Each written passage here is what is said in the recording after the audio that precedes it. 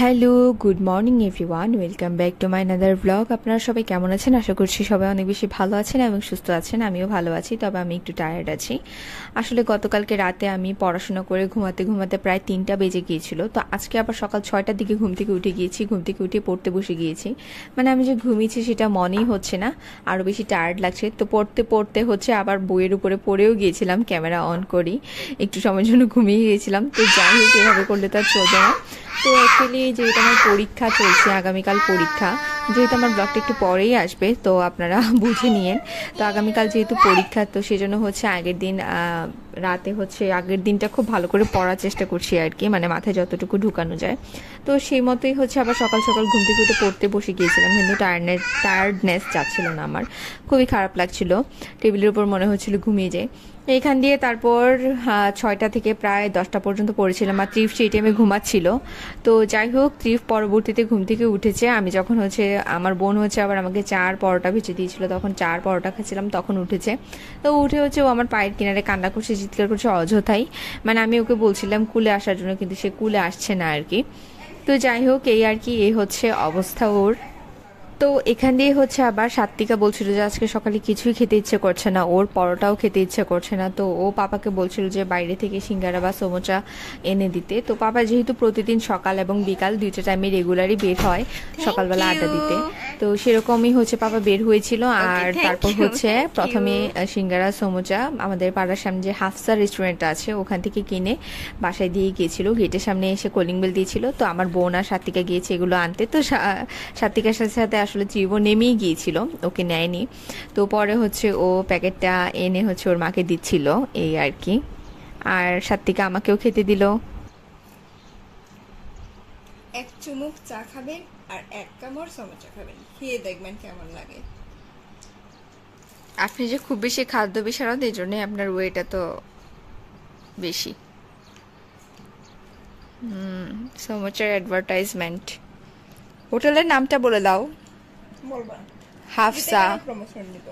হাফসা ফ্রিতে কেন প্রমোশন দিবা? মানে তুমি ফ্রিতে প্রমোশন না দিলেও ওনারা অলরেডি প্রমোটেডই আছেন। সো হাফসা তো আসলে র্যাঙ্কিংয়ে খুবই ভালো আছেন হাফসা। অনেক মজা, তাড়াতাড়ি খাও, ঠান্ডা হয়ে গেলে আর মজা পাবা না। কিন্তু আমার ছেলেটা কোথায়? আমার ছেলেটা। তো যাই হোক, তারপরে হচ্ছে সমোচা খেয়ে এখানে হচ্ছে আমি আবার পড়ার টেবিলে চলে এসেছি। কিন্তু ত্রিব এত বেশি ডিস্টার্ব করে, আজকের ব্লগটা বেসিক্যালি বানাতাম না, কিন্তু আসলে এই ক্লিপগুলো আমার অজান্তেই নেওয়া হয়ে গিয়েছে। মানে ত্রিবের ছোট ছোট দুষ্টামিগুলো আমি একটু তুলে রাখার চেষ্টা করছিলাম, সেই জন্যে বেসিক্যালি ভিডিও করা। তো সেই জন্য ভাবলাম যে আজকে আপনাদের সাথে শেয়ার করি ব্লগটা। তো বিষয় হচ্ছে যে মানে অনেকে এরকম বলে যে বাচ্চা নিয়ে পড়াশোনা করা এ আর এমন কি কাজ। তো এদের বেসিক্যালি না আছে নিজস্ব কোনো সংসার, না আছে বাচ্চা, না আছে কোনো ধরনের প্যারা, না আছে কোনো কেরিয়ার টেনশন, না আছে বাচ্চার কেরিয়ার টেনশন, মানে কোনো কিছুই নেই। বাট তাদের হচ্ছে লম্বা চওড়া কথা আছে। তো যাই হোক, বাচ্চা নিয়ে পড়াশোনা করছি, অনেক স্ট্রাগল হচ্ছে, বাবা মার সাপোর্ট আছে, সেজন্য টিকে থাকতে পারছি, দ্যাটস ইট। সব থেকে বড় কথা হচ্ছে এটা, বাবা মার কাছে না থাকলে আমার পড়াশোনা কখনোই হতো না। আমি এটা হচ্ছে খাতায় কলমে লিখে দিতে পারবো, সাথে একটা সাইনও দিয়ে দিব যে আমি যদি আমার বাবা মায়ের কাছে না থাকতাম আমার পড়াশোনা কখনোই হতো না বাচ্চা নিয়ে। তো যাই হোক, এখানে হচ্ছে পড়ার টেবিলে যতবারই বসছি, এই রুমে যাচ্ছি ওই রুমে যাচ্ছি, যেখানেই যাচ্ছি না কেন আমার ছেলে এত বেশি ডিস্টার্ব করছে আমাকে, যেটা বলার মতো না। মানে ও হচ্ছে টেবিলের উপরে দাঁড়িয়ে, মানে আমি বেসিক্যালি পড়ার টেবিলে গেলেই ও হচ্ছে পড়ার টেবিলে উঠে যায়, টেবিলের উপরে দাঁড়িয়ে ফ্রিজের উপর থেকে জিনিসপত্র নিয়ে ছুড়াছুড়ি করে, আমার বই খাতার উপরে বসে থাকে, বই খাতার পেজ যেগুলো থাকে সেগুলো ছিঁড়ে ফেলার চেষ্টা করে। ক্যালকুলেটরটার বয়স, আমার যে ক্যালকুলেটরটা আমি ইউজ করছি এটার বয়স 1 যুগেরও বেশি হবে। সে এই ক্যালকুলেটরটাকে বারবার হচ্ছে টেবিল থেকে ছুঁড়ে ছুঁড়ে মেরে নিচে ফেলে দিচ্ছে। মানে এই হচ্ছে পরিস্থিতি। মানে কি বলবো, এত মেজাজ খারাপ হয়। এত যত্ন করে ক্যালকুলেটরটা এত বছর ধরে ইউজ করছি এবং খুবই ভালো ক্যালকুলেটরটা, এই পর্যন্ত কোনো রিপেয়ারিং বা কোনো কিছুই করতে হয়নি, সার্ভিস তো দিতে হয়নি। তো এখন যখন আমার ছেলে এরকম করছে, এগুলো অ্যাকচুয়ালি কতটা ধৈর্য না থাকলে যে মানুষ এভাবে থাকতে পারে। আমার তো একদমই ধৈর্য কম, কিন্তু আসলে বাচ্চা পালতে গিয়ে অনেক ধৈর্য ভগবান আমাকে দিয়ে দিয়েছে। তো যাই হোক, এখানে হচ্ছে মা একটা গাছ ছাদ থেকে এনে ঘরে রেখেছে। মা কার ব্লগে নাকি দেখেছে যে এমন রাখলে নাকি গাছ হয়। তো যাই হোক, এটা এনে রেখেছে। তো এটা দেখে একটু আপনাদের সাথে শেয়ার করলাম। আর আমার ছেলে তো এটা দেখে মানে একটা বাচ্চা থাকলে যা হয়, একটাই ফুল ছিল গাছটার মধ্যে, সে ফুলের 2টা পাপড়ি ছিঁড়ে ফেলেছে। মানে এটাতে 5টা পাপড়ি ছিল, সে 2টা পাপড়ি ছিঁড়ে ফেলে দিয়েছে।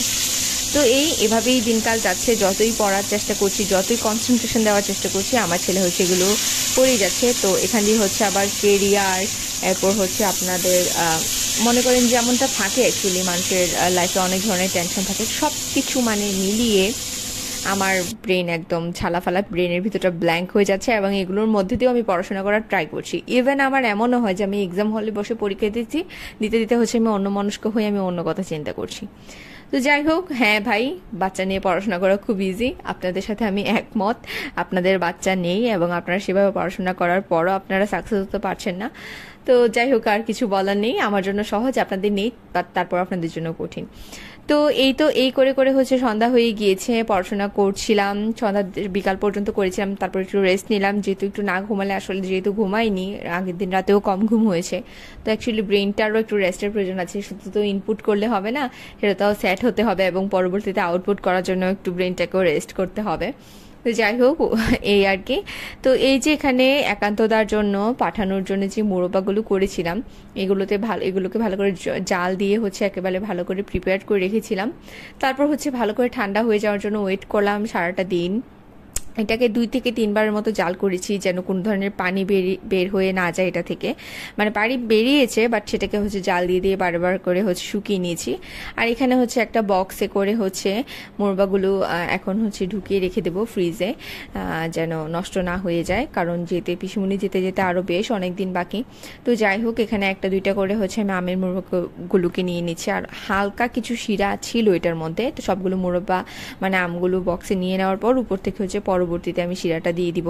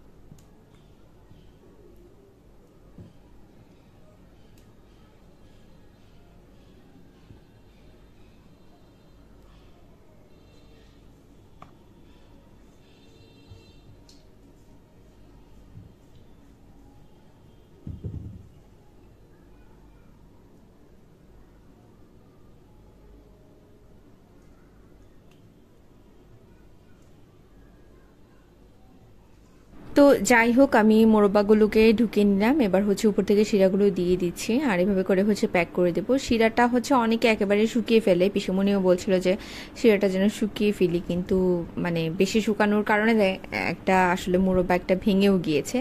তো আসলে মোরব্বা ভেঙে গেলে তো আর সেটা কীভাবে হলো, আমের চাটনির মতো চটকে যাবে একেবারে। তো যাই হোক, সেজন্য আমি ভাবলাম যে এভাবে করে শিরাটা দিয়ে দিই আর বেশি না শুকাই। তো দেখা যাবে যে অনেক সময় শিরার মধ্যে থাকতে থাকতেও এটার মধ্যে মিষ্টি ভাবটা চলে আসবে, বা শিরার মধ্যে থাকলে মিষ্টি আর একটু ঢুকবে আর কি। তো এই যে সামান্য পরিমাণে শিরাই ছিল, তো এটা দিয়ে দিয়েছি। তো পিসুমনি অ্যাকচুয়ালি বলছিল যেহেতু অনেকটা দূরে মানে লং জার্নি করবে, লং টাইমের জন্য, তো ব্যাগের ভিতরে থাকলে এপিট ওপিট করলে যদি কোনোভাবে শিরাটা বের হয়ে যায় তাহলে তো সব কিছু একদম আঠা হয়ে ভরে যাবে, নষ্ট হয়ে যাবে, সেজন্য বলছিল। তো পরে চিন্তা করলাম যে এটাকে ভালো করে, আমাদের কুমিল্লাতে যেরকম রসমলাই অনেক জায়গাতেই হয়, যে রসমলাই বা এই ধরনের কিছু মিষ্টি থাকে যেগুলো হচ্ছে চারপাশ দিয়ে বড় ধরনের যে স্কচ টেপগুলো থাকে সেগুলো দিয়ে হচ্ছে প্যাক করে দেয় আর কি, মানে র্যাপ করে দেয়। তো আমি পিসিমণিকে বলছিলাম যে পিসিমণির অফিস থেকে আসার সময় এটা নিয়ে আসতে, তারপর হচ্ছে যখন নিয়ে যাবে তখন হচ্ছে আমি ভালো করে লাগিয়ে দেবো যেন কোনোভাবে শিরা না বের হয় আর কি। তো এখানে হচ্ছে আমি আমার জন্য চা বানিয়ে নিচ্ছিলাম। তো চাটা বানিয়ে ভাবলাম যে আগে মোরব্বাগুলোকে সিল করে রেখে দিই ফ্রিজে, কারণ তা না হলে যদি গরমে আবার নষ্ট হয়ে যায়। তো সেই আর কি সেভাবে করে প্যাক করে নিয়ে চা বানিয়ে ভাবলাম যে পড়তে বসে যাই। তো এই যে আবার সেম একই অবস্থা, পড়তে বসতে যাওয়ার সময়ও দেখি যে আমার ছেলে পিছে পিছে রেডি।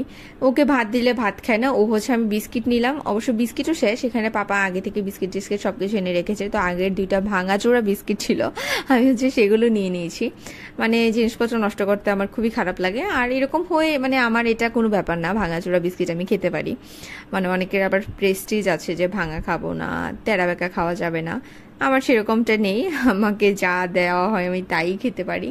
মানে অনেকের অনেক বাছ থাকে, এটা আসলে যার যার রুচির ব্যাপার। আমি সে ব্যাপারে ডিসরেসপেক্টফুল কোনো কথা বলছি না বা ডিসরেসপেক্ট করছি না, এটা যার যার চয়েস। বাট আমার এরকম না, আমার একটা হোলি হয়েছে আর কি। যাই হোক, তো এখানে পড়তে বসে গিয়েছি, আর এই যে ত্রিভও চলে এসেছে। ত্রিভ হচ্ছে আমার এখান থেকে বিস্কিট নিয়ে খাচ্ছে, যেমনটা বলছিলাম। মানে ও হচ্ছে ওর যা খাওয়ার জিনিস সেটা ওর খাওয়ার দরকার নেই, ও হচ্ছে মায়ের জিনিস খাবে। তো যাই হোক, এখানে হচ্ছে ও বিস্কিট যেহেতু খাচ্ছিল আমি আর কোনো কিছু বলিনি, আমি চা খাচ্ছিলাম। আর ও হচ্ছে এই যে দেখেন কিভাবে আমাকে ডিস্টার্ব করে। এখানে হচ্ছে আবার এসে দেখছি টিকটিকিগুলোকে বকাবকি করছে। আমি ওকে মাঝে মাঝে ভয় দেখাই যে দেখো টিকটিকিগুলো মাম্মিকে কামড় দেয়। তো ও হচ্ছে মাম্মিকে কেন কামড় দেয় টিকটিকি, এটার প্রতিশোধ নেওয়ার জন্য টিকটিকিগুলোকে বলে যা যা। তো এমনটাই হয় বেসিক্যালি। আমরাও আমাদের মানে নিজেদের ক্ষেত্রে ভাবি যে মাঝে মাঝে আমরাও তো আমাদের বাবা মাকে হচ্ছে সেভ করতে চাই, বা কাউকে কিছু বলতে দেওয়া যাবে না, কেউ কিছু আমার বাবা আমার ব্যাপারে বলতে পারবে না, প্রোটেক্ট করার চেষ্টা করি। সো আমার ছেলে এতটুকু বাচ্চা, সেই বা কি বুঝে, সেও হচ্ছে তার মাকে প্রোটেক্ট করার চেষ্টা করে। সো এমনটাই হয় আসলে। অ্যাকচুয়ালি একটা কথাই আছে, মা তো মাই, সে যে যাই হোক যেমনটাই হোক, মা তো মাই, মায়ের 7 খুনও মাপ, এরকম সব ছেলেরাই হয়। তো আমার ছেলেও সেরকম, আমার যদি 7টা খুনও আমি করে থাকি আমার সেটা মাপ। তো যাই হোক, এখানে বসে বসে চা খাচ্ছিলাম আর দেখছিলাম ওর দুষ্টামিগুলো। তো যাই হোক, শেষ পর্যন্ত ওকে হচ্ছে ওর দুষ্টামি শেষ করার পর ওকে পাঠিয়ে দিয়েছিলাম আমি আমার মায়ের সাথে। এরপর হচ্ছে বলেছিলাম যে ডোরটা যেন অফ করে দেয়, আমি যেন একটু মনোযোগ দিয়ে পড়াশোনা করতে পারি। আসলে বাচ্চা থাকলে পড়াশোনা করাটা আসলেই খুব টাফ। তো এই তো আজকের ব্লগ এই পর্যন্ত ছিল, আর বড় করছি না। সবাই ভালো থাকবেন, সুস্থ থাকবেন। আমার ব্লগ কেমন লেগেছে অবশ্যই কমেন্ট করে জানাবেন। যারা অলরেডি আমাকে সাবস্ক্রাইব করেছেন তাদেরকে অসংখ্য ধন্যবাদ, যারা আমাকে সবসময় সাপোর্ট করেন তাদেরকে ধন্যবাদ। এবং অনেকেই আছেন যারা হচ্ছে আমার ব্লগ রেগুলার দেখেন, জাস্ট আপনারা কমেন্ট করেন না বলে হয়তো জানি না যে আপনারা রেগুলার কারা কারা দেখেন। বাট আমি দেখতে মানে পরবর্তীতে যখন লাইভে যাই অনেকেই বলেন যে আপনার ব্লগ আজকে এটা ওইটা সেটা ভালো লেগেছিল, সেদিন সেটা ভালো লেগেছিল। তো তখন হচ্ছে বুঝতে পারি আর কি যে আসলে রেগুলার অনেকেই দেখে। তো যাই হোক, এটা আমার জন্য খুবই ভালো একটা ব্যাপার এবং খুশির ব্যাপার। সবাই ভালো থাকবেন, সুস্থ থাকবেন, দেখা হচ্ছে নেক্সট ব্লগে। আর এই যে দেখেন, এখানে রাত 10টা-11টার মতো বাজে, আমি সোফায় এসে পড়তে বসেছিলাম, তারপরে হচ্ছে আমার বই আঁকিবুকি করলো। তো এই তো।